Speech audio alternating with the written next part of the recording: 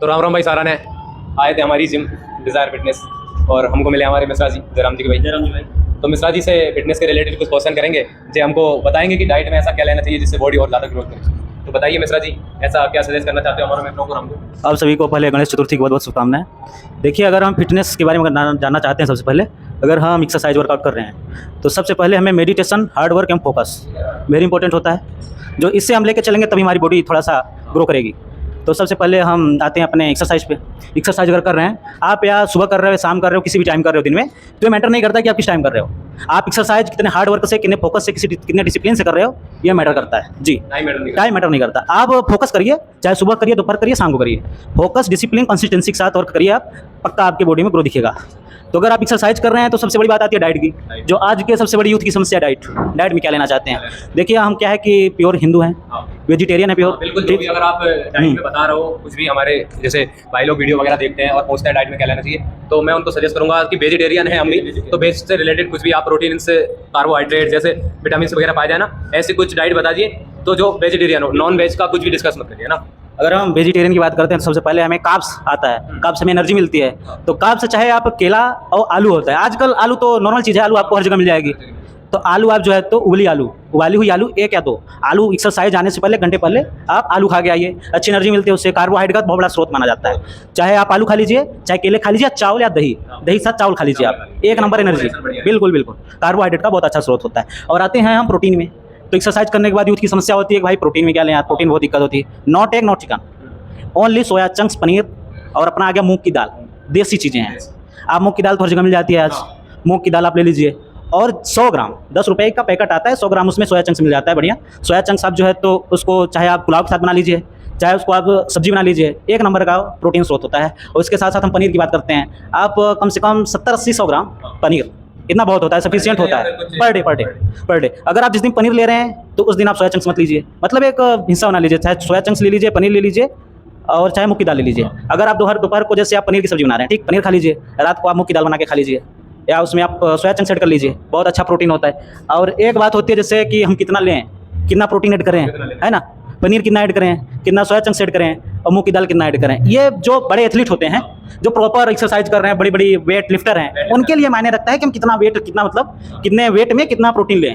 ये हम लोगों के लिए ज़रूरी नहीं है। आप अपनी डाइट कैसे पूरा कर रहे हो, ये बहुत बड़ी इंपॉर्टेंट बात होती है। और प्रोटीन का डब्बा आता है, इसको हम जो है तो बिल्कुल प्रमोट नहीं करते हैं। प्रोटीन का डब्बा हटाइए आप, उससे बहुत सारे साइड इफेक्ट होते हैं। अगर आप किसी दिन 10 दिन अगर आप जिम से बाहर हैं या कहीं आउट ऑफ गए घूमने, या आपको कोई चोट वगैरह, इंजरी वगैरह हो गई है, छुट्टी पे हैं आप, तो अगर प्रोटीन का डब्बा आप लेते हैं तो प्रोटीन के डब्बे में होता है कि आप 10 दिन एक्सरसाइज रोक दिए अगर अपनी, तो वेट आपका जो है लॉस हो जाता है, जो बॉडी हमें ग्रोथ दिखती है वो डाउन हो जाती है जी। प्रोटीन के। बिल्कुल प्रोटीन बहुत से मित्र सजेस्ट करते हैं, जैसे कुछ क्रेटीन वगैरह होते हैं, तो जिससे मतलब अच्छा पंप आता है, एनर्जी वगैरह आती है। तो ऐसे कौन से क्रेटीन से आप अपने लिए मतलब अप्लाई कर रहे हो और कौन सा सजेस्ट करना चाह रहे हो?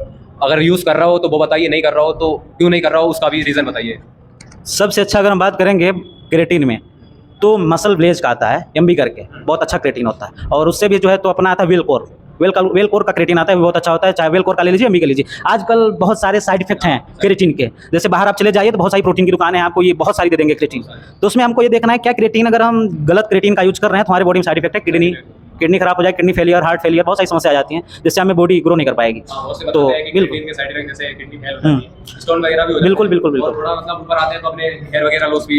बिल्कुल बिल्कुल तो क्रेटीन हम इसलिए लेते हैं ताकि हमारी जो है स्ट्रेंथ अच्छी बने, इसी के लिए हम क्रेटीन लेते हैं।